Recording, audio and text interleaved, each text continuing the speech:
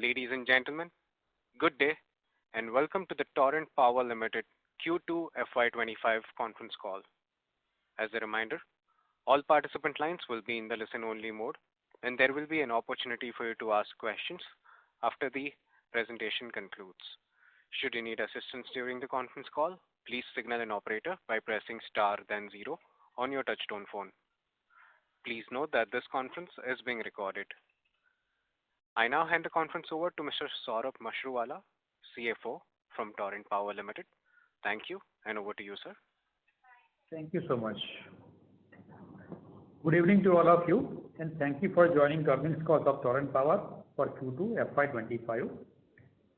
First, I will take you to the performance of the quarter, after which phone lines will be open for Q&A session. We'll explain the performance of the company at PBT level first. Then we'll take you to the tax expenses separately. Reported PBT for the quarter stood at 689 crores compared to 741 crores in the corresponding quarter last year, reduction of 52 crores, which is about 7% on a reported basis. PBT for the current quarter includes non-recurring credit of 67 crores on account of two factors. First, accounting of 99 crores on receipt of favorable order in the license distribution area, which mainly includes the carrying cost allowance,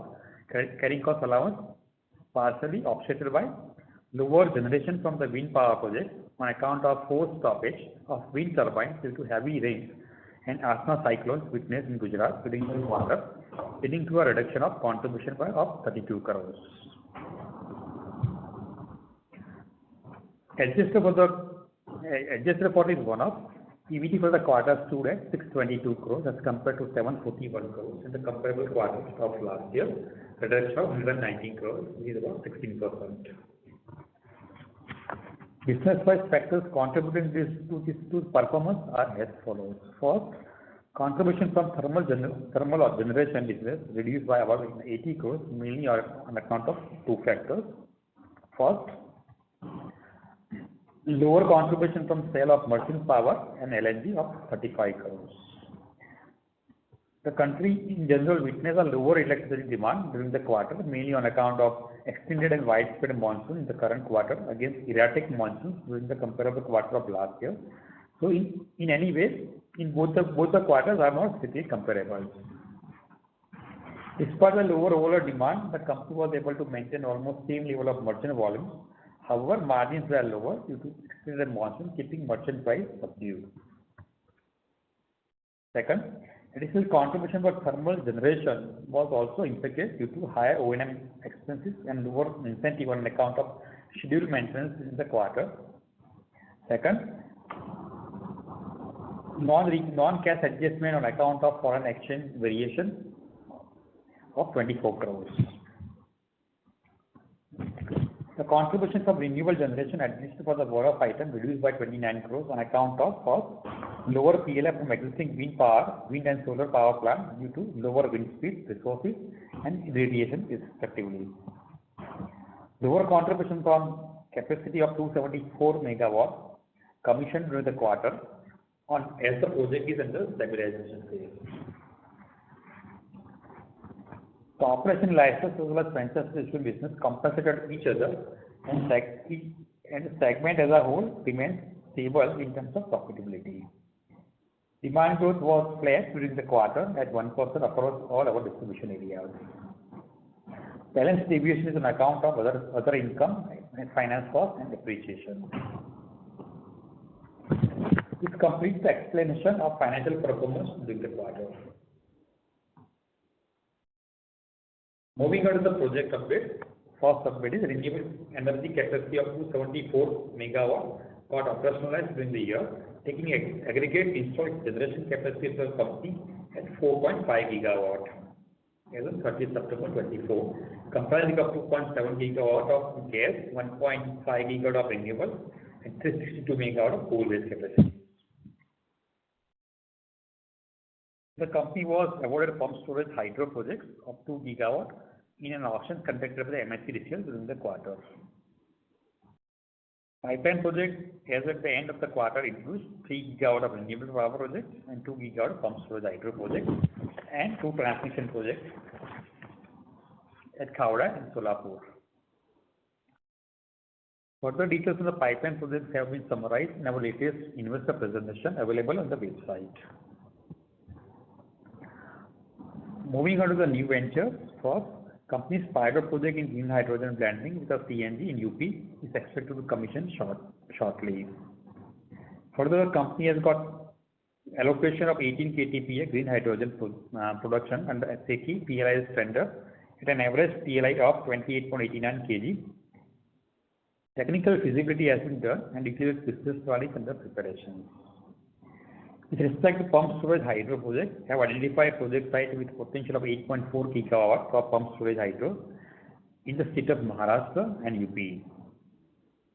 Pre-feasibility study completed and MOF terms of reference has been granted for the entire capacity of 8.4 gigawatt. Agency also appointed for the EIS study.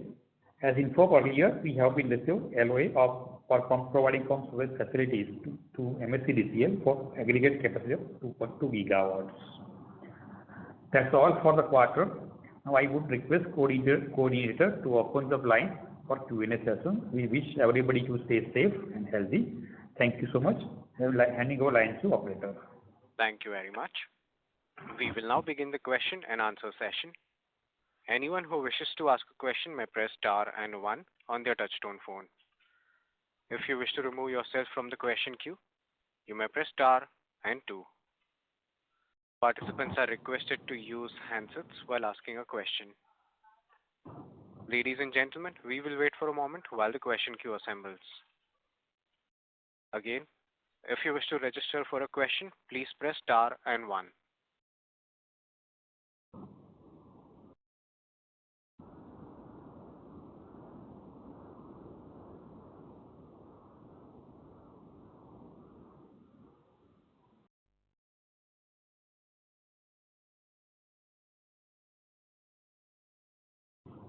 Participants, you may press star and 1 to ask a question.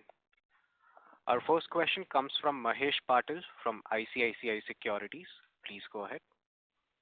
Yeah, hello sir. Thanks for the opportunity. So my first question is with respect to the employee cost and other expenses in Q2. There seems to be some significant increase compared to Q2 last year. Employee costs are up by 18% and other expenses around 14%. So, any specific reason, any one-off items in this? There is no one item. Normal increase are there because increase in O&M expenses for the higher merchant sale is accounted for. Normal staff cost increase is there. And the forex loss, which is a non-cash item, we have also booked as other expenses. So, this foreign exchange item is around 24 CR you mentioned, correct? Sorry? Foreign exchange loss that you mentioned is 24 CR, correct? 24. In fact, if you look at the euro was about 90 rupees as on 30th June, went up to 94 rupees as on 30th September. It again came down to 91 as of today. So hopefully this will get reversed. It's a non-cash item in the Q3. Okay.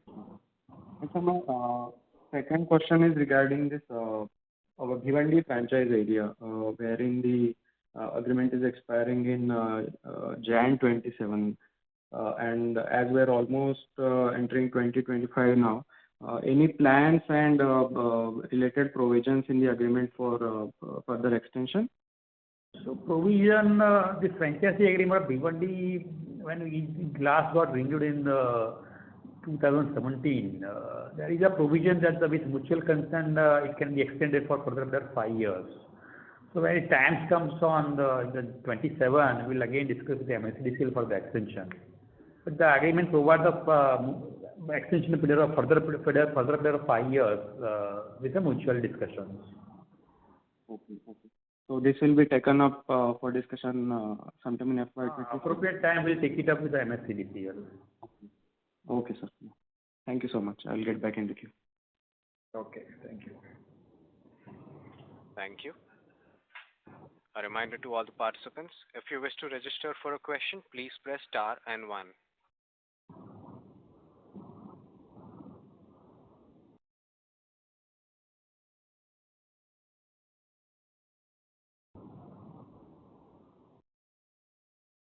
Participants, you may press star and one to ask a question.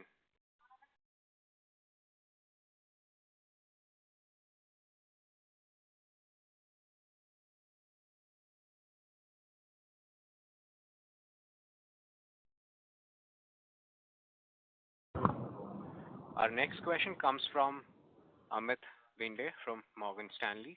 Please go ahead. Yeah.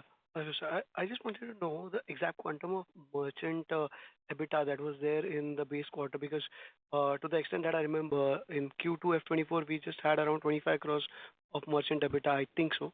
And notes to the account said around 150 crores of revenue on that, which you used to disclose earlier. So now if I say 35 crores of difference, then we are indicating minus 10 crores of merchant EBITDA. I don't think that would be the case, right? We wouldn't be selling anything on loss. So if you can help us with the exact numbers. In last quarter, merchant EBITDA was about, merchant profit, I would say, was about close to about 40 crores, 42 crores. And current, since there is a 35 crores reduction, about 7 crores for the current quarter. 7 crores is the exact. So we had, if I talk in terms of units, we had DGen generating around 180 million units, and apart from that, some small sales that you do from Sugen, etc. So would the number of units be around 200? Or 300 MUs, 300 MUs. So you sold 300 MUs and you made us 7 crores of profit. Yeah. Okay. Got it. The market was subdued because of the monsoon season. This Q2 generally is always has an impact of monsoon. And Okay. this quarter monsoon is very widespread and very heavy as compared to the last week. It was a very erratic monsoon, not that widespread. So demand last quarter or similar quarter demand was very strong as compared with the current quarter. So which has impacted the merchant sale also, as well as our wind and solar PLF also this quarter. Then if I look at 300 units approximately sold, 7 crores of merchant EBITDA, we're just making a 0.2 EBITDA per kilowatt. That's like pretty low. I mean, then if you look at the price also over the exchange also, it was lower as compared. It was lower, yeah. Price. Yeah. Right. So and if you compare the comparable period also, it was a bit higher as compared to last year. So monsoon has impacted the quarter in terms of merchant volumes as well as PLF, wind and solar PLF also. So if you look at Amit, last year Q2, there were erratic monsoons and it was not widespread compared to current year. This quarter, it was a very widespread and very good monsoons, because of which the demand has been impacted. So even after that sort of a demand, we were able to demonstrate that we will be able to sell merchant of 300 MUs in this quarter with a lower profitability. Right. Yeah, for that. And anyways, I think now just one more number that I would like to understand. Earlier, when the Brent price was around 85, we used to say our effective cost would be around 6.5 or so, gas cost. So now with this Brent price falling steeply, where does our gas cost stand per unit? Get the $75 as a Brent. And roughly it will be 75 and about 4 rupees 50 paisa. No, I think Amit, so I think our long-term contracts are linked with Brent, so 3-month dated Brent. But for spot cargoes, they are typically sort of fixed rate prices. I'm not able to get a clear understanding on what is your question. You can't directly compare Brent with merchant cost of fuel. Long-term contracts are linked to Brent, but for merchant we typically book spot cargoes and then we tend to convert that into fixed rates also. So effectively we'll have to look at it on a MMBTU basis. Right. Okay, got it. Because I was just trying to compare it with the slope, because the Brent was correcting. Then I thought probably we'll have lower gas cost and lower pricing probably to. That you are right. That is for our long-term contracts, which are typically for our PPAs which we have. Got it. Yeah. Thanks for clarifying. Thank you. Those were my questions. Thank you. Participants, You may press star and one to join the question queue. The next question comes from Sumit Kishore from Axis Capital. Please go ahead. Good evening. Thanks for the opportunity. Just one question. Of your total contracted capacity of 2,149 megawatt, is it correct that PPAs have been signed for the entire capacity except the REMCL 100 megawatt? So renewable, you are talking about renewable capacity? Yes, yes. The contracted 2,149 megawatt, excluding the, I think REMCL, it seems that PPAs are signed across the board, right? So renewable, as far as renewable, about 1.5 gigawatt operational capacity is completely tied up, and about 3 gigawatt under construction. Out of it, 3 gigawatt, about 200 megawatt is untied up. It's meant for the merchant. Rest is either tied up, PPA is signed, or the LOA is received. Okay, no, so I was referring to slide 15, where the contracted capacity is 2,149 megawatt. Out of that, only REMCL shows that the SCOD is 24 months from PPA. So I think you are right, Sumit. PPA is pending for REMCL, and as Saurabh explained, for air power, since it's a merchant capacity which we are putting up, there is no PPA. There is no PPA. Every other contract we have already entered into PPA. Got it. And REMCL should get should be, let's say, in a 2 month or 2 months In a time. month or 2 months it will be signed. Okay. That was my only question. Thank you. Thank you so much. Thank you. A reminder to all the participants, if you wish to register for a question, please press star and one now.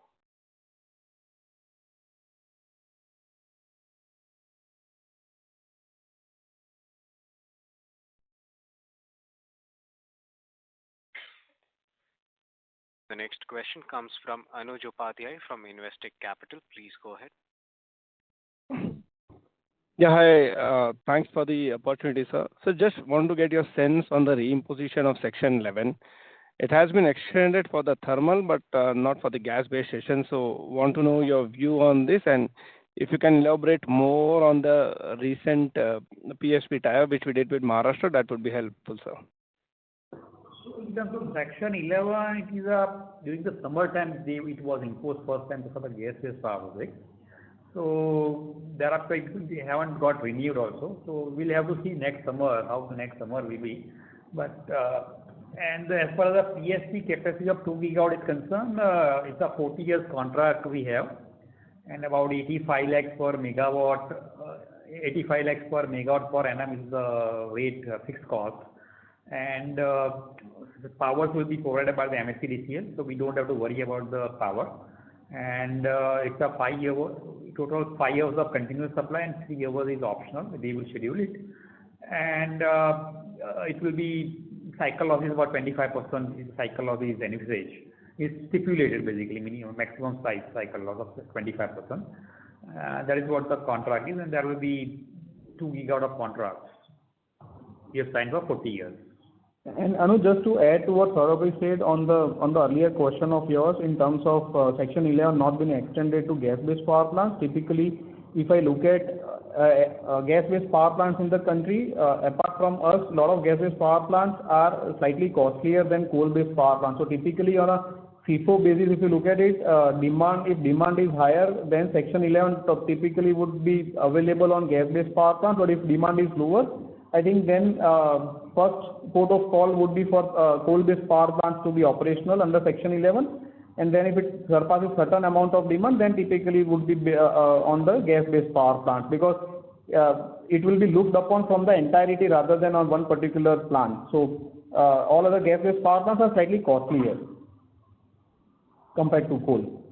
No, agreed, Rishi bhai. So would it be fair to assume that, considering that the Section 11 can be imposed only mainly during the peak time period, say 4 months of the summer, and then probably it may get extended for, say, September, October, probably, I'm saying subsequent year as well. So DGen, at most can operate at around 35 to 45% kind of a PLF in the best case scenario, I'm saying, or even that is on a slightly higher side? Anuj, I think giving you specific numbers is very difficult because we also would, it will be just putting an estimate, but what I can tell you is that if you look at our Q2 numbers, DGen has shown a higher PLF compared to Q2 of last year. Our merchant volumes are also higher compared to last year, even though the prices were lower. So whether Section 11 is imposed or not, I think we are in a position to run our plants without Section 11. In terms of profitability is concerned, I think it's a factor of what are the prices available in the market. And even at such subdued prices which we have seen in Q2, we have been able to make profits. Now those profits may not be significant compared to what we have seen in Q1, but typically running plants in Q2 where there is a demand is pretty low, that also is I think is a positive sign. I think that's what I can tell you. In terms of percentage PLF, very difficult to give you any guidance on that. No, fine. It's helpful. Thank you. Thank you, Anuj. Thank you. Participants, you may press star and 1 to ask a question. The next question comes from Sumit Kishore from Axis Capital. Please go ahead. So I just had a follow-up question. What has been the total capex that you have incurred so far, against the renewable portfolio expected project cost of 19,316 crore so far? And yeah, that's the first question. So, Sumit, we don't have those numbers against 19,000 crores, what we have spent. On a broad ballpark number, I think we would have spent around 1,500 crores, but exact numbers, I can give it to you offline. As of now, we don't have that on hand. Cumulative number we don't have right now. Okay. So total capex that you have incurred in first half of the year at a consolidated level would be how much? This is 15 billion is only for RE. So, sorry, you're talking about the consolidated H1 capex which you have spent? Yeah, so 15 billion is the RE capex that you have incurred so far for under construction projects. What is the total H1 consolidated capex also, if you have? Yeah, I'll tell you. So for renewables, for the H1, we have spent around 650 crores in the renewables part of it.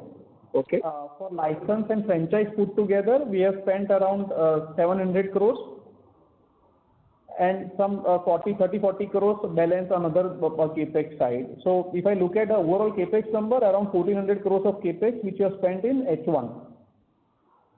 Okay. So just one observation that I wanted to clarify. If I look at capital work in progress in the BSE filing, as of 30th September 2024, it is 2,143 crores, and as of March 2024, it was 2,472 crores.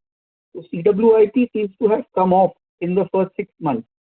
So I would have thought that they should have gone up.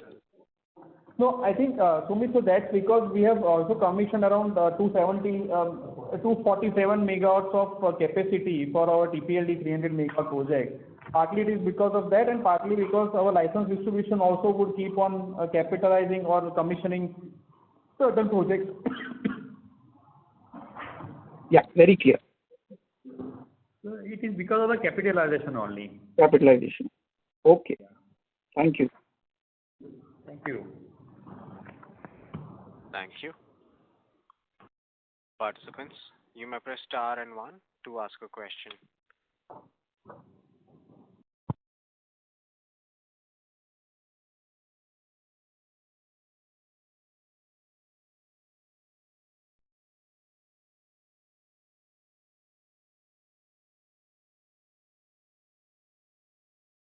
Participants, if you wish to ask a question, please press star and 1 on your touchtone phone.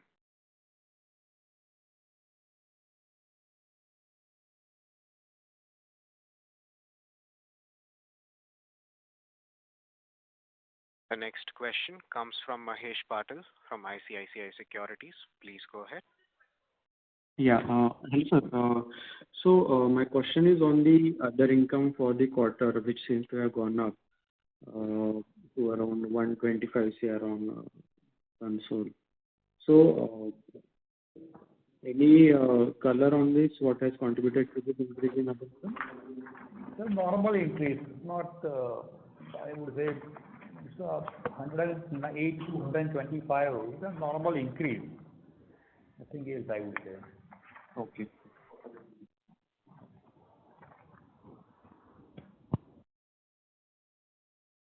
Mr. Patil, you have any further questions? No, thank you.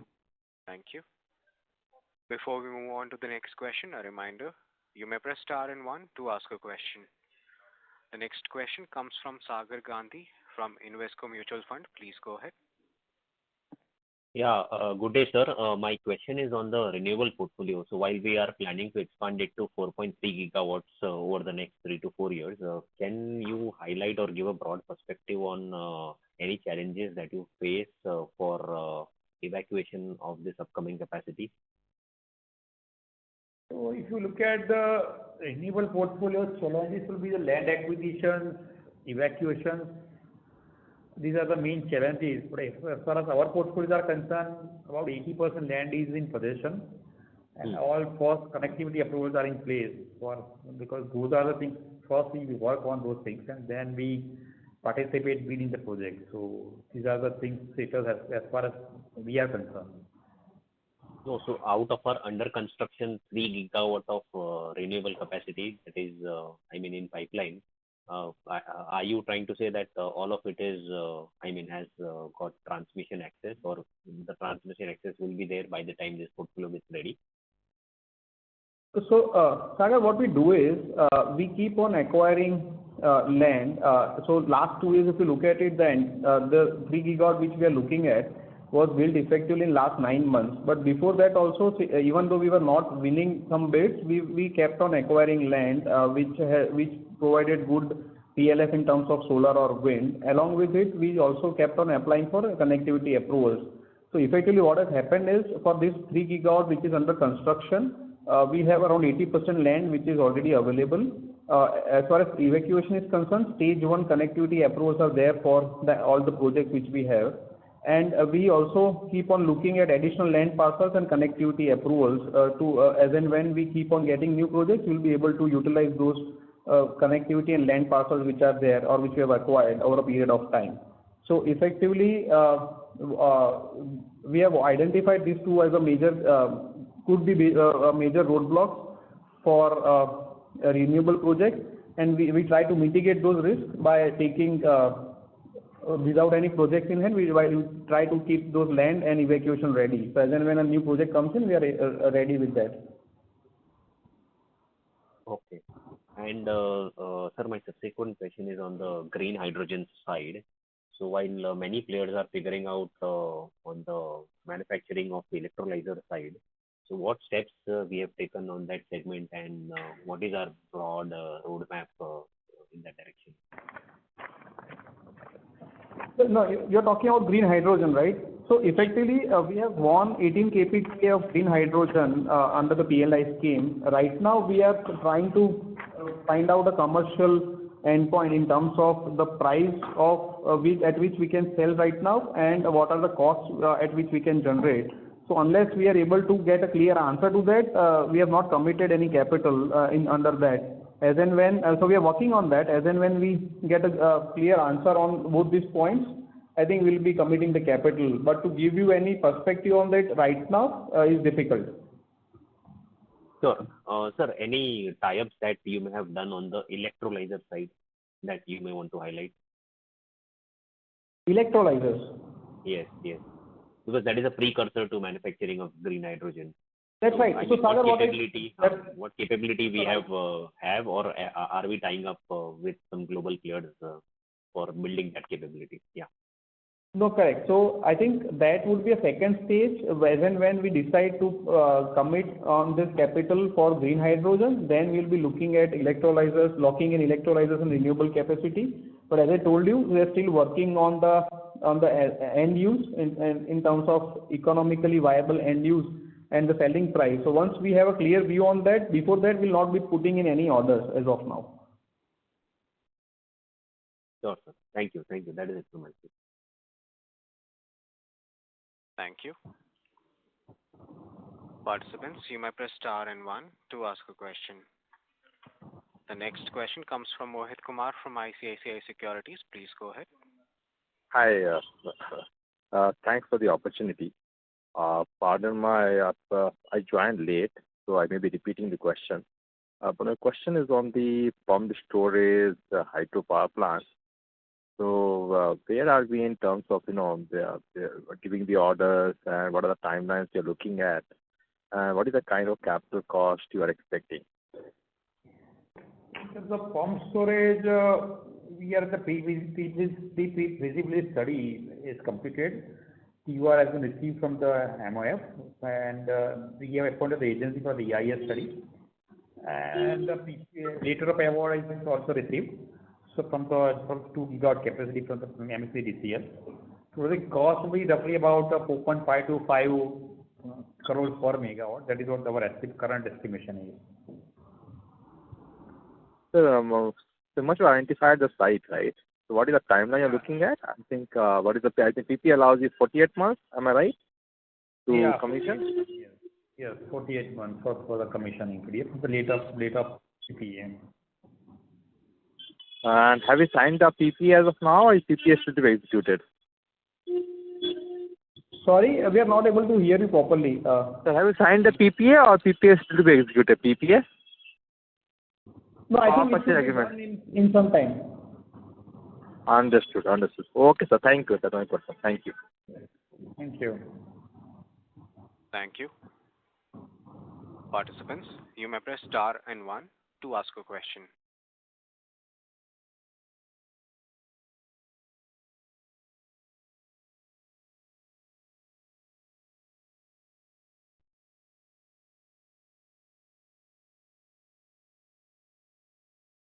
As there are no further questions from the participants, I now hand the conference over to Mr. Saurabh Mashruwala for closing comments. Thank you so much for joining Torrent Power's earnings call. Thank you very much. We wish everybody to stay safe and healthy. Thank you so much. Thank you. On behalf of Torrent Power Limited, that concludes this conference. Thank you for joining us, and you may now disconnect your lines. Thank you.